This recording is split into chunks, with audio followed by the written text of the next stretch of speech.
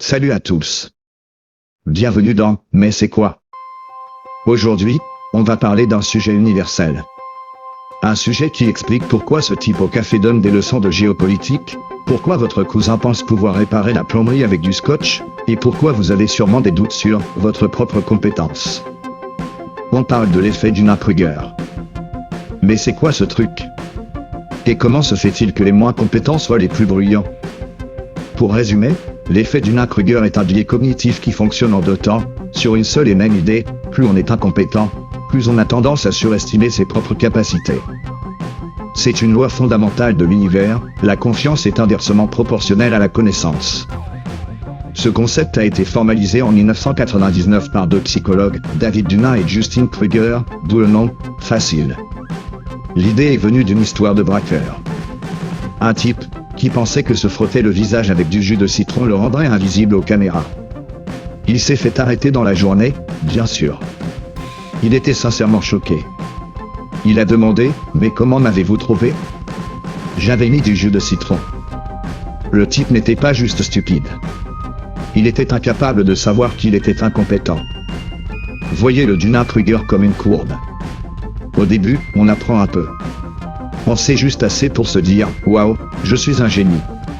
C'est facile, la mécanique quantique, l'investissement, la plomberie. C'est le fameux pic de la stupidité.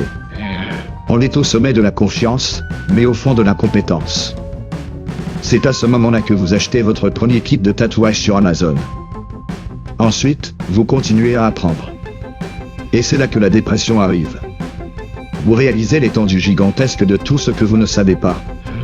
Votre confiance chute lamentablement, c'est la vallée du désespoir. Vous savez tellement que vous avez peur de prendre la moindre décision.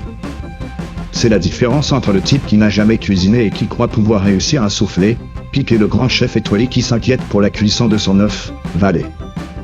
Mais c'est quoi la mécanique derrière ce carnage social?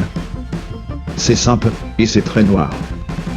Pour être capable d'évaluer la qualité d'une performance, que ce soit la vôtre ou celle des autres, vous avez besoin de compétences. Si vous ne maîtrisez pas les bases, vous ne voyez pas les erreurs. Vous ne voyez pas ce qui manque. Le manque de connaissances vous empêche d'avoir une métacognition, la capacité de réfléchir à votre propre pensée. Le DK est donc une double peine, on est mauvais, et en plus, on est trop bête pour le savoir. Et c'est là que l'humour noir s'installe. Pourquoi les gens qui ont atteint le pic de la stupidité sont-ils si agréables à regarder? Parce qu'ils dégagent une confiance aveugle. Ils n'ont pas le fardeau du doute, cette petite voix qui murmure « Es-tu sûr de ne pas avoir oublié une étape cruciale qui va faire exploser ta chaudière ?» Non. Ils sont sereins. Et c'est en cela que l'effet Dunning-Kruger est le moteur silencieux de la bêtise humaine.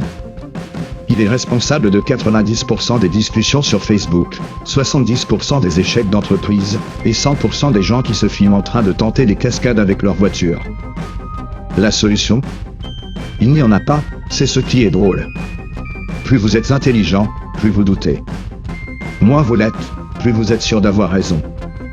La seule petite lueur d'espoir est que, si vous vous demandez si vous êtes touché par le Dunning-Kruger, vous êtes probablement en train de grimper la pente de l'éclaircissement, juste après la vallée.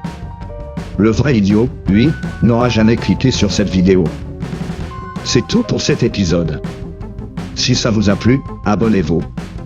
Surtout si vous pensez déjà être un expert en psychologie après ces 5 minutes. Dites-moi dans les commentaires, mais c'est quoi, le paradoxe de la tolérance?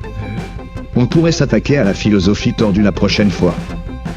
À bientôt, et n'oubliez jamais de douter, c'est le signe que vous n'êtes pas au sommet du pic.